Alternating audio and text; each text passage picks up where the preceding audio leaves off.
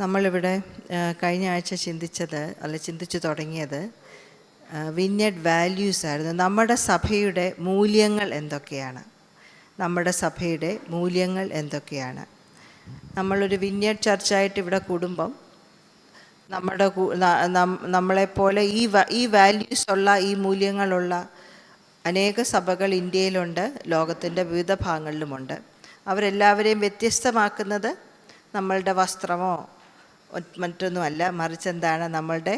നമ്മൾ കൊടുക്കുന്ന മൂല്യങ്ങളാണ്. മറ്റു സഭകളെ പോലെ യേശുവിൽ വിശ്വസിക്കുകയും സ്നാനമേൽക്കുകയും കർത്താവിൻ്റെ വരവിന് വേണ്ടി കാത്തിരിക്കുകയും ഇത് ദൈവവചനമാണെന്ന് വിശ്വസിക്കുകയും ചെയ്യുന്ന ഒരു കൂട്ടമാണ് നമ്മൾ. എന്നാൽ നമ്മളെ വ്യത്യസ്തമാക്കുന്ന ചില മൂല്യങ്ങളെക്കുറിച്ചാണ് ഈ ആഴ്ചകളിൽ നമ്മൾ നോക്കിക്കൊണ്ടിരിക്കുന്നത്. ആദ്യമായിട്ട് നമ്മൾ കണ്ടത്, നമ്മൾ ദൈവരാജ്യത്തിൻ്റെ ജനമാണ്. നമ്മൾ ദൈവരാജ്യത്തിൻ്റെ ജനമാണ്. നമ്മൾ ഇവിടെ പാർക്കുന്നു, എന്നാൽ നമ്മളുടെ പൗരത്വം സ്വർഗത്തിലാണ്. ഇവിടെ നമ്മൾ പാർക്കുന്നു, നമ്മൾ ഇന്ത്യൻ പൗരത്വം ഉണ്ടെങ്കിൽ തന്നെ നമ്മൾ ദൈവരാജ്യത്തിൻ്റെ മക്കളാണ്. കഴിഞ്ഞ ആഴ്ചകളിൽ നമ്മൾ അതിനെക്കുറിച്ച് ചില കാര്യങ്ങൾ നോക്കിയായിരുന്നു. യേശു ദൈവരാജ്യത്തിൻ്റെ ഒരു വ്യക്തിയായി എങ്ങനെയാണ് ഇവിടെ താമസിച്ചത് പ്രവർത്തിച്ചത് എന്ന് നമ്മൾ നോക്കി. ഇന്ന് നമ്മൾ നോക്കാൻ പോകുന്നത് we partner with the Holy Spirit. പരിശുദ്ധാത്മാവുമായി നമ്മൾ പങ്കാളികളായി പ്രവർത്തിക്കുന്നവരാണ്. We partner with the Holy Spirit. നമ്മൾ ബിസിനസ് പാർട്ട്നേഴ്സിനെ കുറിച്ചൊക്കെ കേട്ടിട്ടുണ്ട്, അല്ലേ? അവർ തുല്യ പങ്കാളികളാണ്. യേശു ഈ ലോകത്തിൽ ആയിരുന്നു, എന്നാൽ പോകുന്നതിന് മുമ്പേ പരിശുദ്ധാത്മാവിൻ്റെ വാഗ്ദത്തം നമുക്ക് നൽകിത്തരാമെന്ന് പറഞ്ഞു. ആ പരിശുദ്ധാത്മാവ് യേശുവിൻ്റെ മേൽ വന്നതുപോലെ തന്നെ അപ്പോസ്തലന്മാരുടെ മേൽ വന്നു എന്ന് കാണുന്നു. അപ്പോൾ പലർക്കും ഒരു ചോദ്യമുണ്ട്, എന്താണ് പരിശുദ്ധാത്മാവ്? ആരാണ് പരിശുദ്ധാത്മാവ്? പരിശുദ്ധാത്മാവ് അന്യഭാഷകൾ മാത്രം പറയാനുള്ള ഏതെങ്കിലും ശക്തിയാണോ? അല്ല. പിതാവ്, പുത്രൻ, പരിശുദ്ധാത്മാവ്. പരിശുദ്ധാത്മാവ് ദൈവമാണ്. പരിശുദ്ധാത്മാവ് ഒരു വ്യക്തിയാണ്.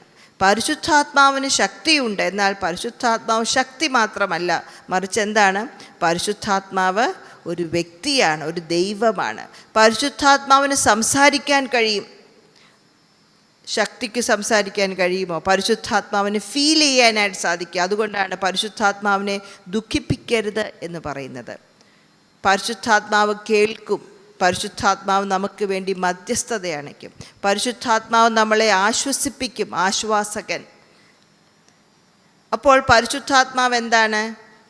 വ്യക്തിയാണ്, ദൈവമാണ്, തൃത്വത്തിൽ മൂന്നാമനാണ്, ശക്തി മാത്രമല്ല.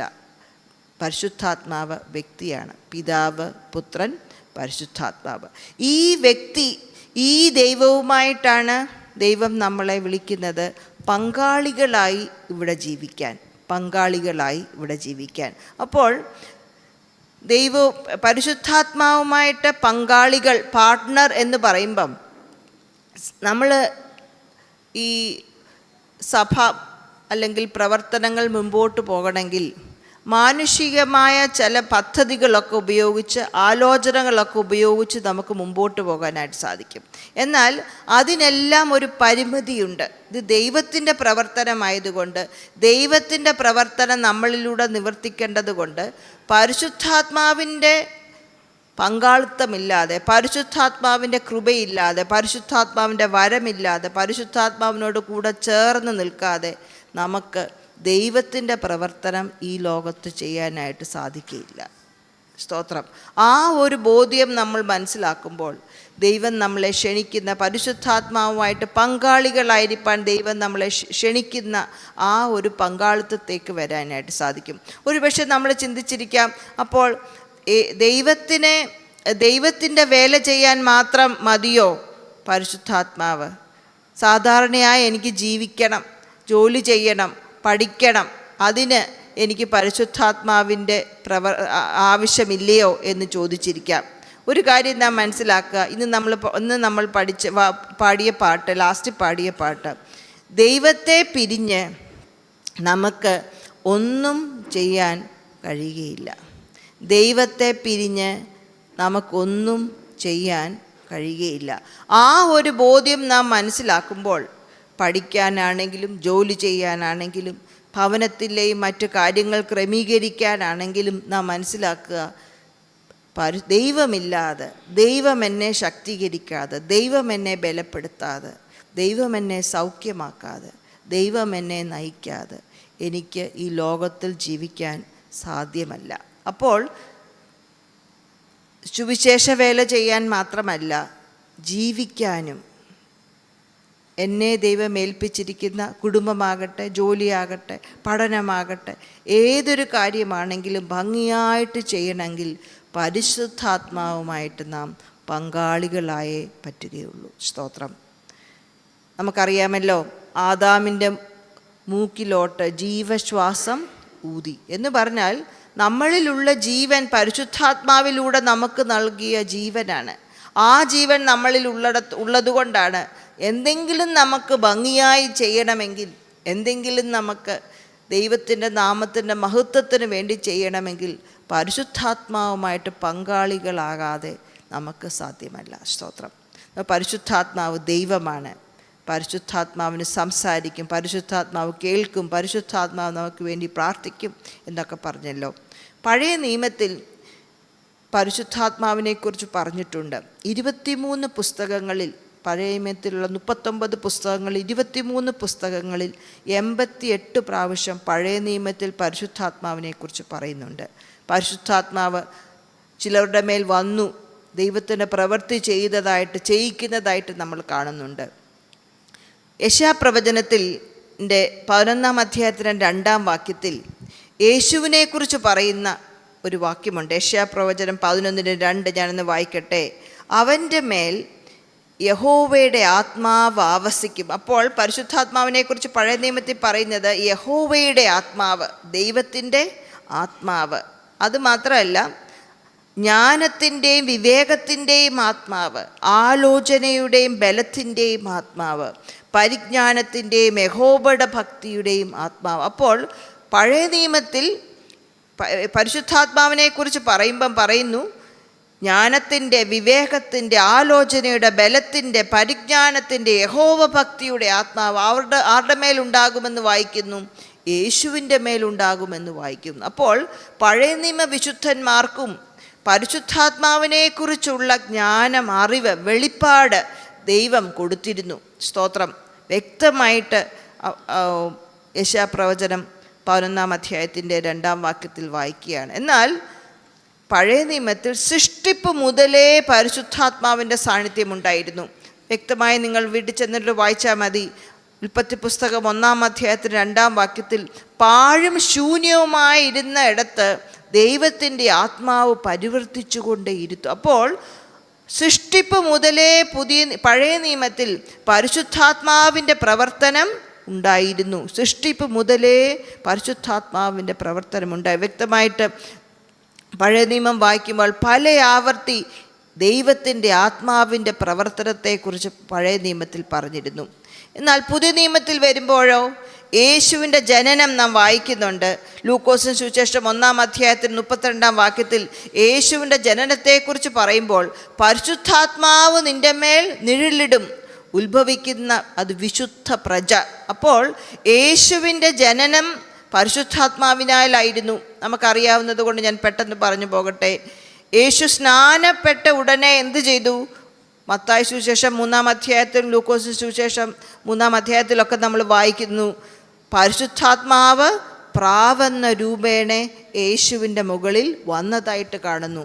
അതുമാത്രമല്ല, അതിനുശേഷം പരിശുദ്ധാത്മാവ് നിറഞ്ഞവനായി പരിശുദ്ധാത്മാവ് തന്നെ പരീക്ഷിക്കപ്പെടേണ്ടതിന് നിർജ്ജന പ്രദേശത്തേക്ക് യേശുവിനെ കൊണ്ടുപോവുകയാണ്. ലൂക്കോസിൻ്റെ സുവിശേഷത്തിൽ നമ്മൾ വായിക്കുന്നുണ്ട്, മത്തായി സുവിശേഷത്തിൽ നമ്മൾ വായിക്കുന്നുണ്ട്. ലൂക്കോസിൻ്റെ സുവിശേഷം 4-ാം അധ്യായത്തിൻ്റെ 1-ാം വാക്യത്തിൽ നമ്മൾ വായിക്കുന്നുണ്ട്. പിന്നെ 14-ും 15-ാം വാക്യത്തിൽ കാണുന്നത് പരിശുദ്ധാത്മാവിൻ്റെ ശക്തിയോടെ യേശു മടങ്ങി വരുന്നു. എന്തിന്? ശുശ്രൂഷകൾ ചെയ്യാനായിട്ട്. ലൂക്കോസ് പിന്നെയും പറയുകയാണ്, കർത്താവിൻ്റെ ആത്മാവ് യേശുവിൻ്റെ മേൽ ഉണ്ടായിരുന്നു രോഗികളെ സൗഖ്യമാക്കാൻ. അപ്പോൾ യേശുവിൻ്റെ ശുശ്രൂഷ തുടർമാനമായി നാം കാണുന്നത്, ജനനം മുതൽ കാണുന്നു, പരിശുദ്ധാത്മാവിനാൽ നിറഞ്ഞ, പരിശുദ്ധാത്മാവിൻ്റെ ശക്തിയോടെ ശുശ്രൂഷിച്ച ദൈവമാണ് ഈ ലോകത്തിൽ വന്ന് പ്രവർത്തിച്ച യേശു കർത്താവ് എന്ന് പറയുന്നു.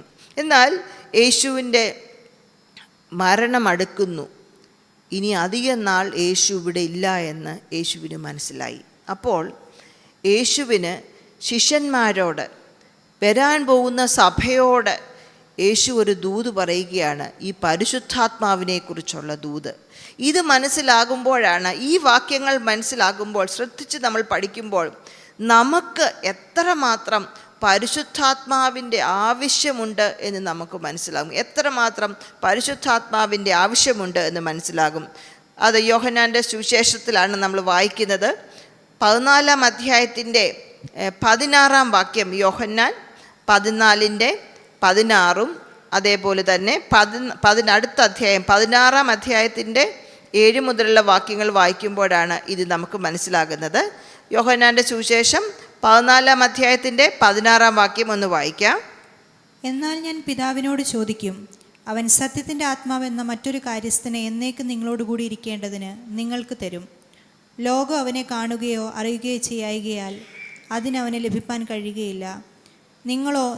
നിങ്ങളോ അവൻ നിങ്ങളോടുകൂടെ വസിക്കുകയും നിങ്ങളിൽ ഇരിക്കുകയും ചെയ്യുന്നത് കൊണ്ട് അവനെ അറിയുന്നു. ഇവിടെ യേശു പറയുകയാണ്, ഞാൻ പിതാവിനോട് ചോദിക്കും, അവൻ സത്യത്തിൻ്റെ ആത്മാവ്. അപ്പോൾ സ്പിരിറ്റ് ഓഫ് ട്രൂത്ത്, പരിശുദ്ധ ആത്മാവ്, ഹോളി സ്പിരിറ്റ് എന്ന് പറയുമ്പോൾ സത്യത്തിൻ്റെ ആത്മാവാണ്. ആത്മാവെന്ന മറ്റൊരു കാര്യസ്ഥൻ. അപ്പോൾ യേശു കാര്യസ്ഥനായിട്ട്, അഡ്വക്കേറ്റായിട്ട്, കംഫർട്ടറായിട്ട് നമ്മുടെ കൂടെ ഉണ്ട്. സമാധാനം തരുന്നവനായി അവിടെ ഉണ്ട്. അതുകൂടാതെ മറ്റൊരു കാര്യസ്ഥനെ പിതാവിനോട് ചോദിച്ചിട്ട് നമുക്ക് അയച്ചു തരും. അത് നമ്മളോട് കൂടെ ഇരിക്കും. അത് മാത്രമല്ല, ആ അടുത്ത വാക്യത്തിൻ്റെ അവസാനം പറയുന്നത് നമ്മളോട് കൂടെ ഇരിക്കുക മാത്രമല്ല, നമ്മളിൽ ഇരിക്കും. നമ്മളോട് കൂടെ ഇരിക്കുക മാത്രമല്ല, നമ്മളിലും ഇരിക്കും. അപ്പോൾ ഈ കാര്യസ്ഥൻ പരിശുദ്ധാത്മാവ് നമ്മളോട് കൂടെ ഇരിക്കാൻ, നമ്മളോട് കൂടെ നടക്കാൻ മാത്രമല്ല, നമ്മളിലും ഇരിക്കാനായിട്ട് യേശു പറയുകയാണ്, പരിശുദ്ധാത്മാവിനെ ഞാൻ നിങ്ങൾക്ക് വാങ്ങിച്ചയച്ചു തരാം. ഇനിയും 6-ാം അധ്യായത്തിൻ്റെ 16-ാം അധ്യായത്തിൻ്റെ 7 മുതലുള്ള വാക്യം ഇതേപോലെ വായിക്കുന്നുണ്ട്. ഒന്ന് വായിക്കാമോ? എന്നാൽ ഞാൻ നിങ്ങളോട് സത്യം പറയുന്നു, ഞാൻ പോകുന്നത് നിങ്ങൾക്ക് പ്രയോജനം. ഞാൻ പോകാഞ്ഞാൽ കാര്യസ്ഥൻ നിങ്ങളുടെ അടുക്കൽ വരികയില്ല. ഞാൻ പോയാൽ അവനെ നിങ്ങളുടെ അടുക്കൽ അയക്കും. അവൻ വന്ന് പാപത്തെക്കുറിച്ചും നീതിയെക്കുറിച്ചും ന്യായവിധിയെക്കുറിച്ചും ലോകത്തിന് ബോധം വരുത്തും. ഓക്കെ, ഇവിടെ പുറകാല് നിങ്ങൾ വായിക്കാം അത്. അപ്പോൾ യേശു പറയുകയാണ്, ഞാൻ പോകുന്നത് നിങ്ങൾക്ക് പ്രയോജനം. ഞാൻ പോയി കഴിഞ്ഞാൽ ഞാൻ ചിലതിനെ, പരിശുദ്ധാത്മാവിനെ, കാര്യസ്ഥനെ നിങ്ങൾക്ക് അയച്ചു തരാം. പാപത്തെക്കുറിച്ചും നീതിയെക്കുറിച്ചും ന്യായവിധിയെക്കുറിച്ചും ബോധം വരുത്തുന്ന, മനസ്സിലാക്കി തരുന്ന സത്യത്തിൻ്റെ ആത്മാവെന്ന കാര്യസ്ഥനെ ഞാൻ നിങ്ങൾക്ക് അയച്ചു തരാം. അപ്പോൾ യേശുവിൻ്റെ ആഗ്രഹം എന്താണ്? ജനങ്ങൾ ഈ പരിശുദ്ധാത്മാവിനെ കുറിച്ച് അറിയണം, ഈ പരിശുദ്ധാത്മാവിനെ സ്വീകരിക്കണം. അതുകൊണ്ടാണ് ലൂക്കോസിന്റെ സുവിശേഷത്തിൽ ഞാൻ വായിക്കാം, അവസാന അധ്യായം 24-ാം അധ്യായത്തിൻ്റെ 49-ാം വാക്യത്തിൽ ഇങ്ങനെ വായിക്കുന്നു, എൻ്റെ പിതാവ് വാഗ്ദത്തം ചെയ്ത് ഇതിനെ ഞാൻ നിങ്ങളുടെ മേൽ അയക്കും. നേരത്തെ പറഞ്ഞ എന്താണ്? നിങ്ങളോട് കൂടെ ഇരിക്കും, നിങ്ങളിലിരിക്കും. ഇപ്പോൾ എന്താണ് പറയുന്നത്? നിങ്ങളുടെ മേലയക്കും. നിങ്ങളോ ഉയരത്തിൽ നിന്ന് ശക്തി ധരിക്കുവോളൂ. അപ്പോൾ പറയുകയാണ്, യേശുക്രിസ്തു പറയുകയാണ് ജനത്തോട്, ഈ പരിശുദ്ധ ആത്മാവിനൊരു ശക്തിയുണ്ട്, ഒരു ബലം, ഒരു ശക്തി. അത് സാധാരണ ശക്തിയല്ല, ഉയരത്തിൽ നിന്ന് വരുന്നതാകെയുണ്ട്, ഉയരത്തിൻ്റെ ശക്തിയാണ്. ധരിക്കുവോളം നഗരത്തിൽ പാർപ്പീനെന്ന് അവനോട് പറഞ്ഞു. അപ്പോൾ യേശു പറയുകയാണ്, ഞാൻ ചോദിച്ചയച്ചു തരും, പക്ഷെ നിങ്ങൾ എന്ത് ചെയ്യണം? കാത്തിരിക്കണം. നിങ്ങളെന്ത് ചെയ്യണം? കാത്തിരിക്കണം. അപ്പോസ്തലപ്രവൃത്തി 1-ാം അധ്യായത്തിൽ അത് വായിക്കുന്നുണ്ട് നമ്മൾ. യെരുശലേമിൽ യേശുവിൻ്റെ ഉയർത്തെഴുന്നേൽപ്പിന് ശേഷം 120 പേർ പരിശുദ്ധാത്മാവിനായി കാത്തിരുന്നു. എന്തായിരിക്കും അവർ പ്രാർത്ഥിച്ചത്? പരിശുദ്ധാത്മാവേ വരണമേ. അങ്ങനെ ആയിരിക്കാം ഇല്ലേ? യേശുവേ പരിശുദ്ധാത്മാവിനെ അയക്കണമേ, പരിശുദ്ധാത്മാവിനെ തരണമേ, പരിശുദ്ധാത്മാവെ വരണമേ എന്നായിരിക്കാം മറിയ ഉൾപ്പെടെയുള്ള 120 പേർ പരിശുദ്ധാത്മാവിനായി പ്രാർത്ഥിക്കുന്നതായിട്ട് നമ്മൾ കാണുന്നുണ്ട്.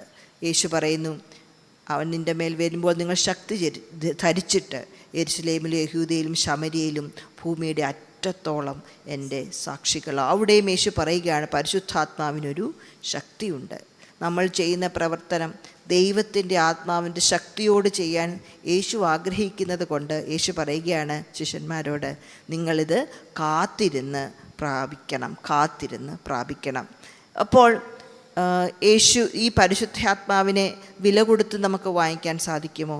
അല്ലെങ്കിൽ ഞാൻ ഇന്ന കാര്യങ്ങളൊക്കെ ചെയ്യാം കർത്താവേ, എന്നാൽ നീ എനിക്ക് പരിശുദ്ധാത്മാവിനെ തരണമേ എന്ന് പറയാൻ സാധിക്കുമോ? നമുക്ക് ലഭിക്കാൻ സാധിക്കുമോ? അല്ല. ദൈവത്തിൻ്റെ കയ്യിൽ നിന്ന് പിടിച്ചു വാങ്ങാനായിട്ട് സാധിക്കുമോ പരിശുദ്ധാത്മാവിനെ? ഇല്ല. ചോദിച്ച് ദൈവം തരുന്നൊരു കാര്യമാണ്. നമ്മളെന്താണ്?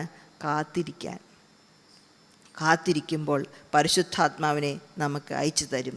ഈ പരിശുദ്ധാത്മാവുമായിട്ടാണ് നമ്മൾ പങ്കാളികളായി ജീവിക്കാൻ ദൈവം ആഗ്രഹിക്കുന്നത്. ഞാൻ മുമ്പേ പറഞ്ഞല്ലോ, നമ്മുടെ സാധാരണ കർത്താവിൻ്റെ വേല ചെയ്യാൻ മാത്രമല്ല, ജീവിക്കാൻ, ചൊവ്വേ നേരെ ജീവിക്കാൻ, പാപമില്ലാതെ ജീവിക്കാൻ, വിശുദ്ധിയോടെ ജീവിക്കാൻ, കരുണയോട് ജീവിക്കാൻ, വിവേകത്തോടെ ജ്ഞാനത്തോട് ജീവിക്കാൻ നമുക്കെന്ത് വേണം? ഈ പരിശുദ്ധാത്മാവുമായിട്ടുള്ള പങ്കാളിത്തം ആവശ്യമാണ്.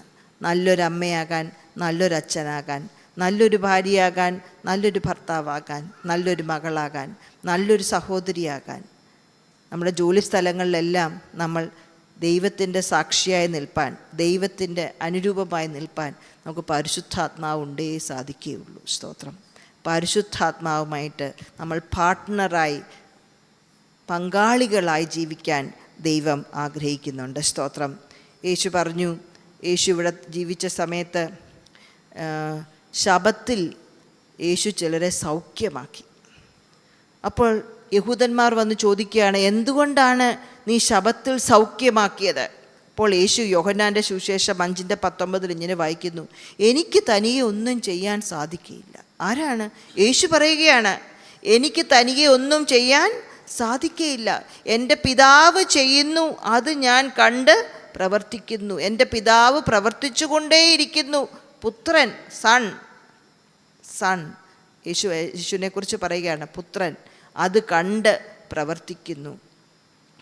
പിതാവ് പുത്രനെ സ്നേഹിക്കുന്നത് കൊണ്ട് എന്താണ് പിതാവ് ചെയ്യുന്നതെന്ന് പിതാവ് കാണിച്ചു കൊടുക്കും. യേശുവിന് ഇത്രയും അഗാധമായ ഒരു ബന്ധത്തിലൂടെ ഇവിടെ ജീവിക്കണമെങ്കിൽ നമുക്ക് എത്ര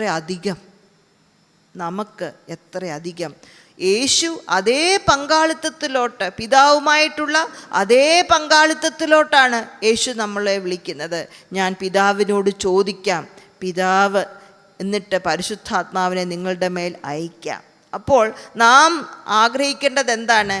നമ്മുടെ ജീവിതത്തിൽ എന്തൊക്കെ കാര്യങ്ങൾ ചെയ്യുന്നോ, ശുശ്രൂഷയിൽ നമ്മൾ എന്തൊക്കെ കാര്യങ്ങൾ ചെയ്യുന്നോ, അതിലെല്ലാം നാം നമ്മെ തന്നെ ഓർമ്മിപ്പിക്കേണ്ടത് എന്താണ്?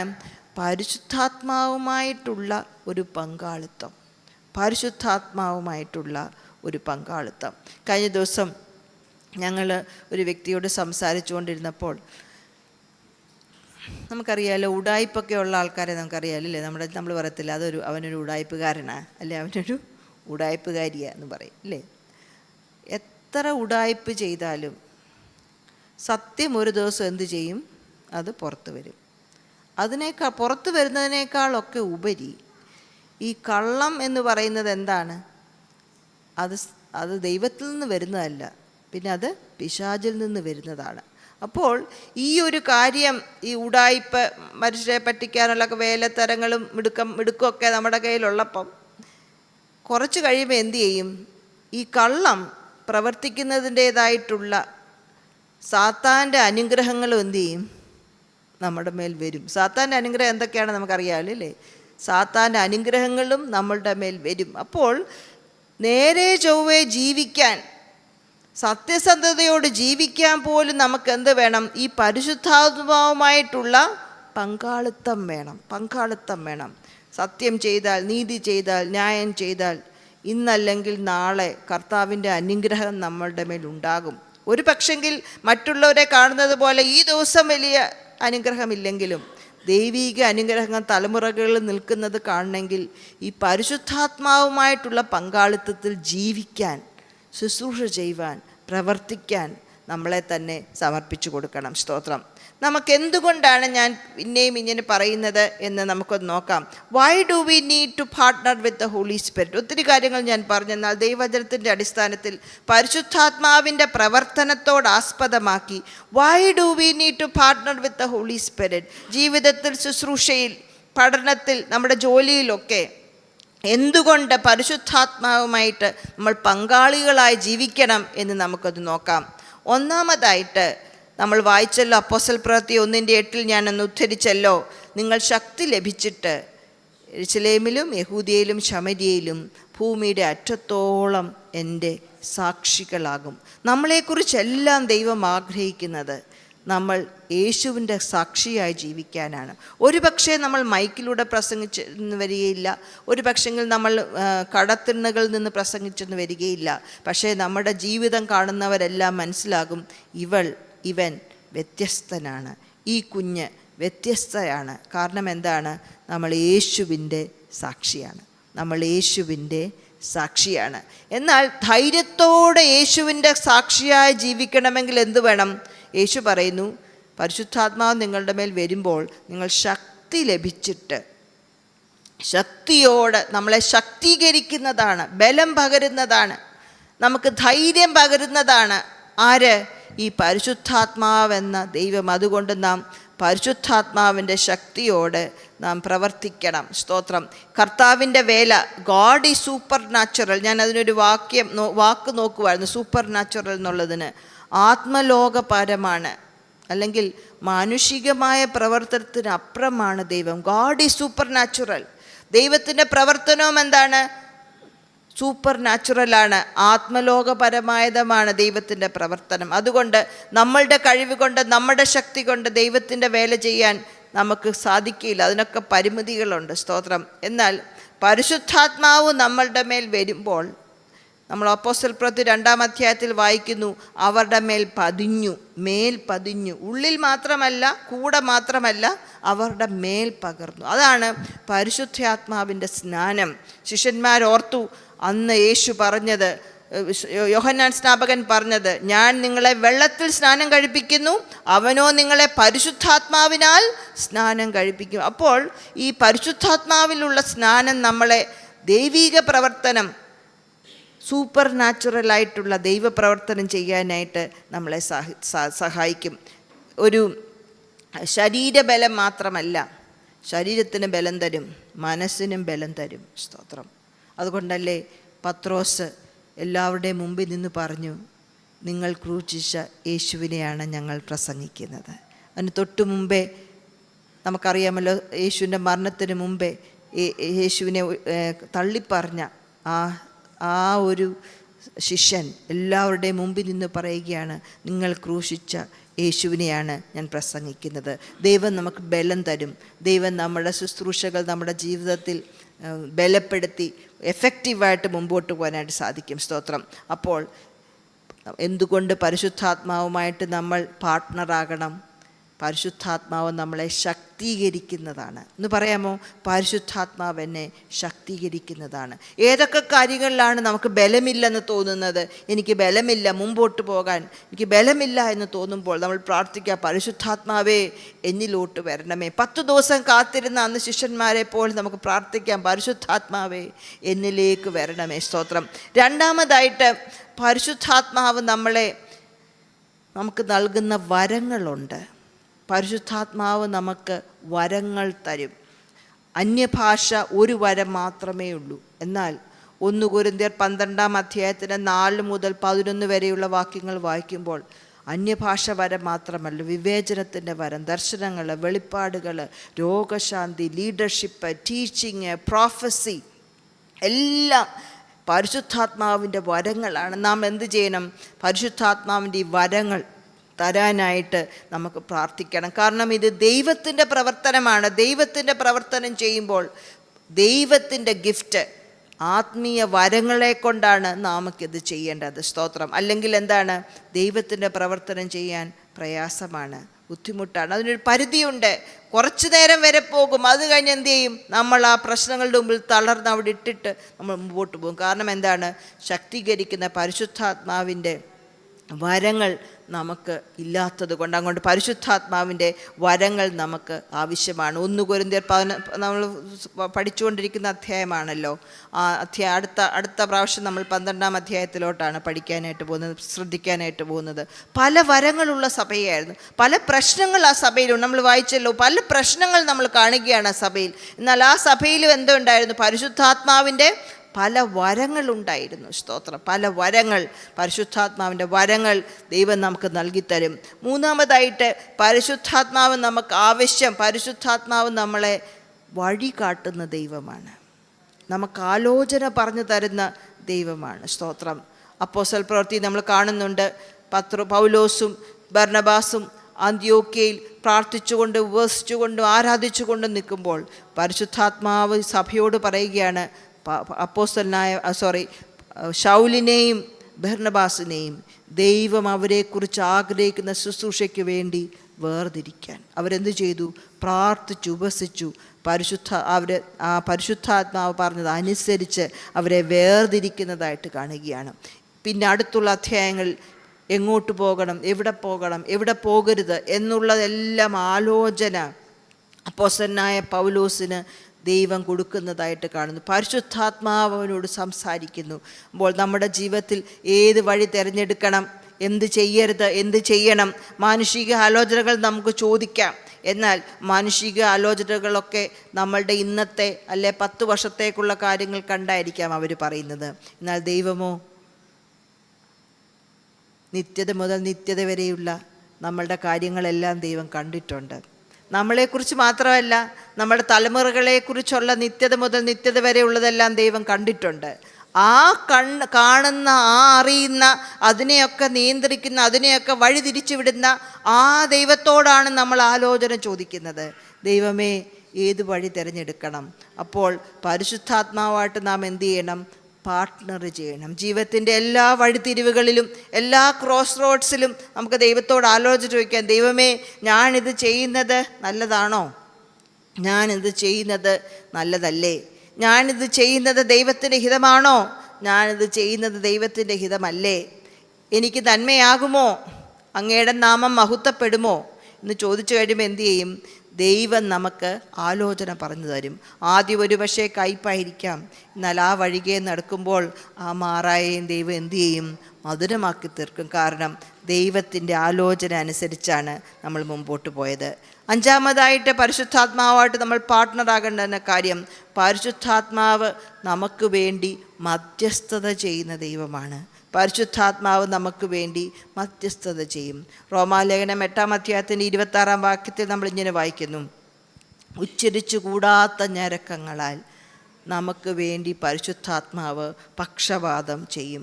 ഈ ഞരക്കമെന്ന് പറയുന്നത് കഴിഞ്ഞ ദിവസം ഞാൻ കേൾക്കുകയായിരുന്നു, നമ്മുടെ ഹൃദയത്തിൻ്റെ ഭാഷയാണ്. ശരിക്ക് പറയാൻ അറിയില്ല, എന്ത് പറയണമെന്നറിയില്ല, എന്ത് പറഞ്ഞാൽ ശരിയാകുമെന്നറിയില്ല. അല്ലെങ്കിൽ ഒരു പക്ഷേ കണ്ണുനീര് മാത്രമേ കാണുകയുള്ളായിരിക്കാം. ആ കണ്ണുനീരിൻ്റെ മുമ്പിൽ ഹൃദയം ഞരങ്ങുമ്പോൾ, ചെറിയ ചെറിയ ശബ്ദങ്ങൾ മാത്രം പുറത്തു വരുമ്പോൾ മറ്റുള്ളവർക്കത് മനസ്സിലായെന്ന് വരികയില്ല. എന്നാൽ ആ ഞരക്കം നമ്മളിലുള്ള പരിശുദ്ധാത്മാവ്, നമ്മുടെ കൂടെ മാത്രമല്ല നമ്മളിലുള്ള പരിശുദ്ധാത്മാവുണ്ടല്ലോ, ആ ഞരക്കത്തിൻ്റെ അർത്ഥം നല്ലതായി മനസ്സിലാക്കിയിട്ട് ദൈവത്തിനോട് പറയും, ഇതാണ് എൻ്റെ മകൾ പ്രാർത്ഥിക്കുന്നത്, ഇതാണ് എൻ്റെ മകൻ പ്രാർത്ഥിക്കുന്നത്.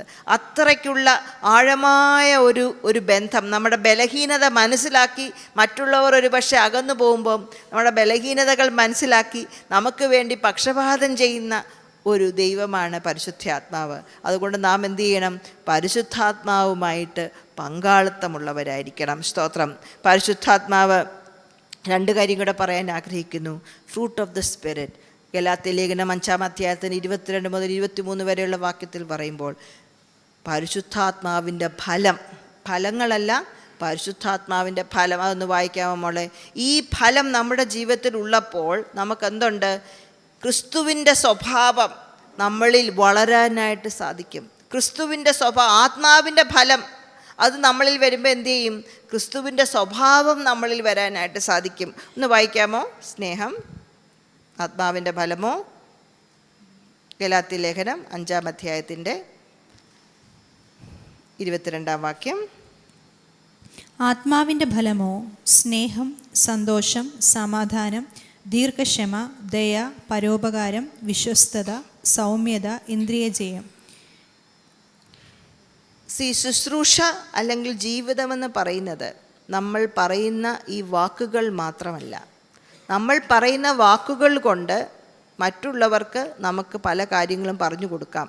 എന്നാൽ നമ്മുടെ വാക്കുകളേക്കാൾ അധികമായി നമ്മൾ എന്തെങ്കിലും പറയുന്നതിന് മുമ്പ് തന്നെ മനുഷ്യർ നമ്മളുടെ സ്വഭാവം വായിക്കും. നമ്മളും അങ്ങനല്ലേ? ഒരാളുടെ വാക്കുകൾ മാത്രമല്ലല്ലോ, അവരുടെ സ്വഭാവം കൂടെ നമ്മൾ വായിക്കാറില്ലേ?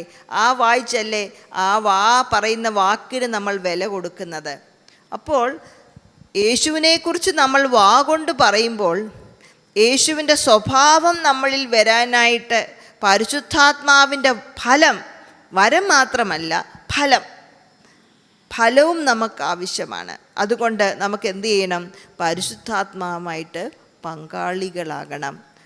സ്നേഹം, സന്തോഷം, സൗമ്യത ഇതൊക്കെ ഒരു ദിവസം കൊണ്ട് വരുന്നതല്ല. മറിച്ച് എന്താണ്?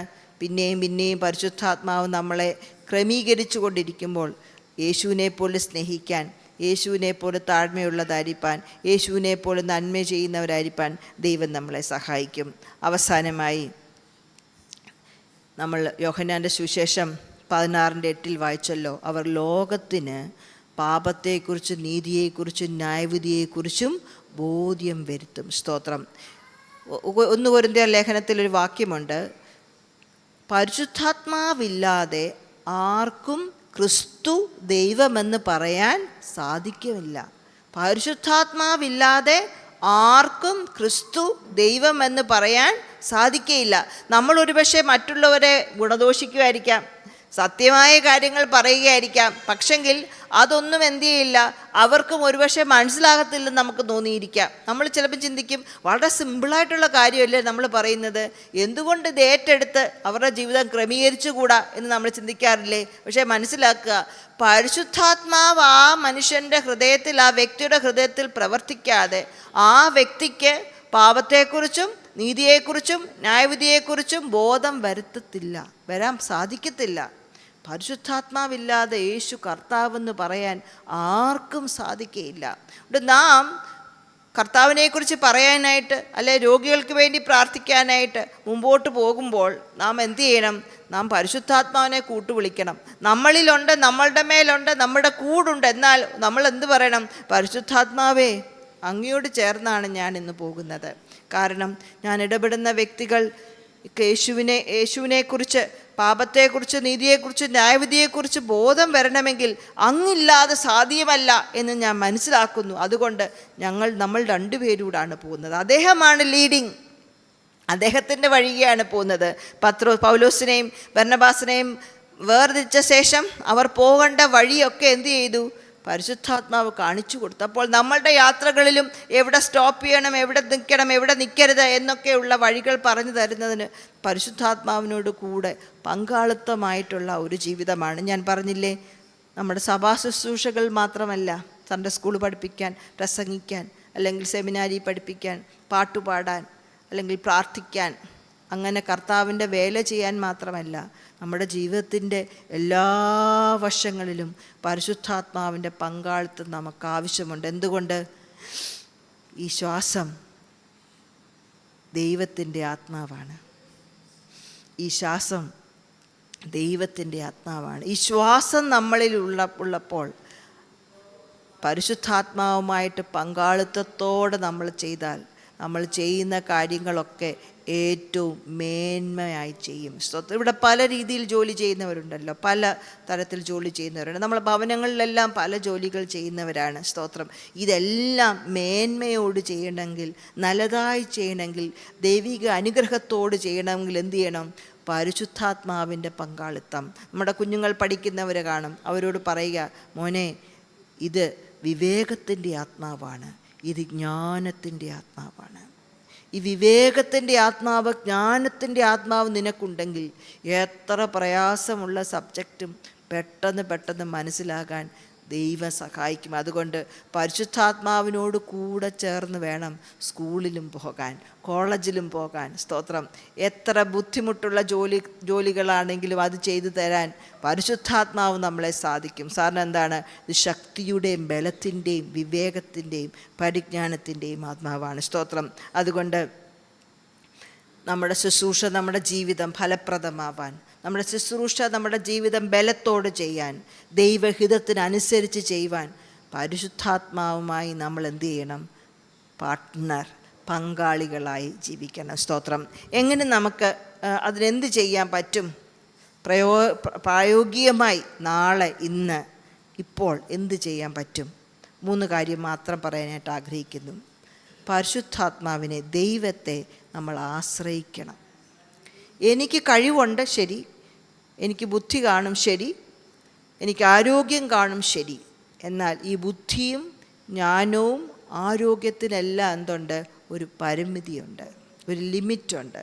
എനിക്ക് അസുഖം വന്നു കഴിഞ്ഞാൽ കട്ടിലേ കിടക്കാനേ എനിക്ക് സാധിക്കുകയുള്ളൂ. സ്തോത്രം. അതുകൊണ്ട് നാം എപ്പോഴും എന്തു ചെയ്യണം?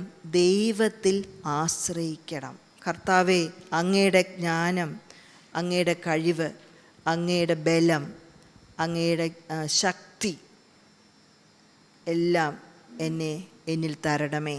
എനിക്കത് ആവശ്യമുണ്ട് എന്ന് പറയുമ്പോഴാണ് ദൈവം അത് തരുന്നത്. കർത്താവേ, എനിക്കങ്ങേ ആവശ്യമുണ്ട്. ഒരു കൂടെ കൊണ്ടു നടക്കുന്ന ഒരു ഗാർഡിയൻ ഏഞ്ചലായിട്ടല്ല, മറിച്ച് എന്താണ്? എൻ്റെ ദൈവവുമായിട്ട്, എന്നെ നയിക്കുന്നവനായി, എൻ്റെ കർത്താവായി എനിക്കങ്ങേ ആവശ്യമുണ്ട്. സ്തോത്രം. രണ്ടാമതായിട്ട് നാം അവൻ്റെ സാന്നിധ്യം ആഗ്രഹിക്കണം. ദാവീദ് പറഞ്ഞു, ഒരു കാര്യം ആഗ്രഹിക്കുന്നുള്ളൂ. അതെന്താണ്? അങ്ങയുടെ മനോഹരത്വം കാണണം, അങ്ങയുടെ സന്നിധിയിൽ എനിക്കായിരിക്കണം. നമുക്ക് എന്ത് ചെയ്യണം? ആശ്രയിക്കാം. അപ്പോൾ തന്നെ അവൻ്റെ സാന്നിധ്യം നാം അന്വേഷിക്കണം. എങ്ങനെയാണ് അന്വേഷിക്കുന്നത്? നമുക്ക് ഒത്തിരി കാര്യങ്ങളില്ലേ ചെയ്യാൻ?